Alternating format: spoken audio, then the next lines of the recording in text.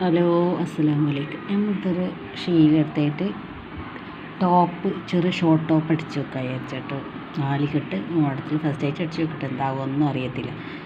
അപ്പം നമ്മളിത് 4ആക്കി മടക്കി. ഞാനിതൊരു ഉടുപ്പായിന്, ഉടുപ്പിനോട് വെട്ടിപ്പടിക്കാൻ വേണ്ടിയിട്ടുണ്ടല്ലോ.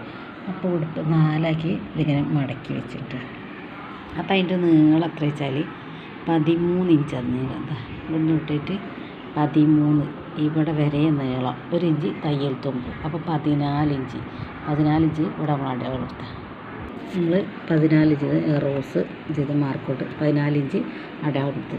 ഇനി നമ്മൾ പിന്നെ കഴുത്തിൻ്റെ ഷോൾഡർ 6.5 ഇഞ്ചാട്ടോ വേണ്ടി.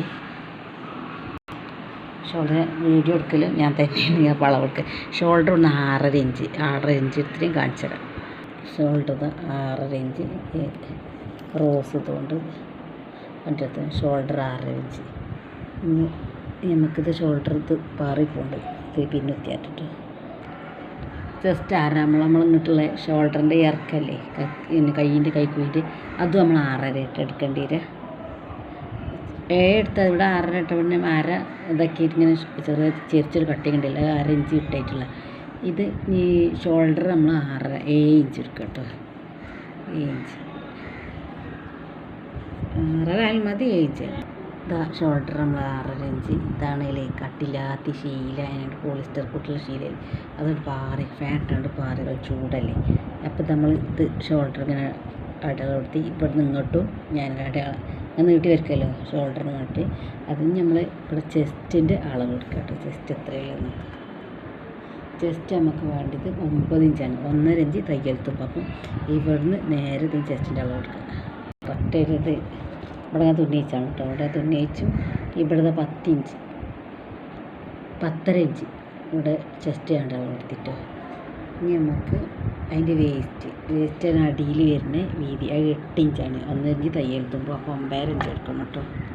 ഞാൻ ആ അളവ് കംപ്ലീറ്റ് ആക്കിയത് ഇവിടെ ഇട്ടൊരു 9.5 ഇഞ്ച് ഇട്ടു കേട്ടോ. ഇതൊക്കെ തുന്നയിച്ചാളുള്ളതാണ്. തുന്നയിച്ചാതെ ഇവിടെ പകുതി വെട്ടിയിട്ടെടുത്ത്. നെക്കിൻ്റെ വീതിയില്ലേ, ഇത് വീതി 3 ഇഞ്ച്, ഇറക്കം 6 ഇഞ്ച് വീനക്കാക്കിയിട്ട് കേട്ടോ. ഞാൻ ഫസ്റ്റായിട്ട് അടിച്ചു നോക്കുകയാണ്, ഫാൾട്ടുണ്ടെങ്കിൽ പറയാം.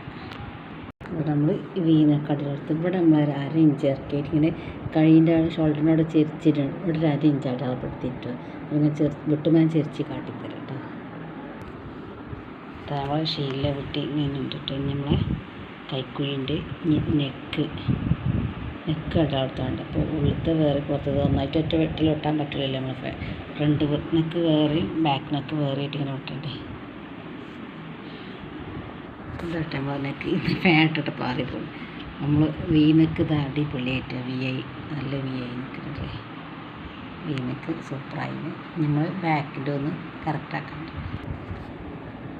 ബാക്ക് പാർട്ടായിട്ട് ഫാൻ ഓഫ് ആക്കിയിട്ടല്ലോ. ശരി, ബാക്ക് പാർട്ട് നമ്മൾ 3 ഇഞ്ച് എടുക്കണം കേട്ടോ. വീതി 3 ഇഞ്ച് തന്നെ, ഇറക്കം 2 ഇഞ്ച് മതി. നമ്മൾ ബാക്കിലല്ലേ, ഇറക്കം 2 ഇഞ്ചും 3 ഇഞ്ച് വീതി എടുക്കുക. ഇതുവരെ എടുത്ത് ബാക്കി നമ്മൾ അടുത്ത വീഡിയോയിൽ കാട്ടിയിട്ട്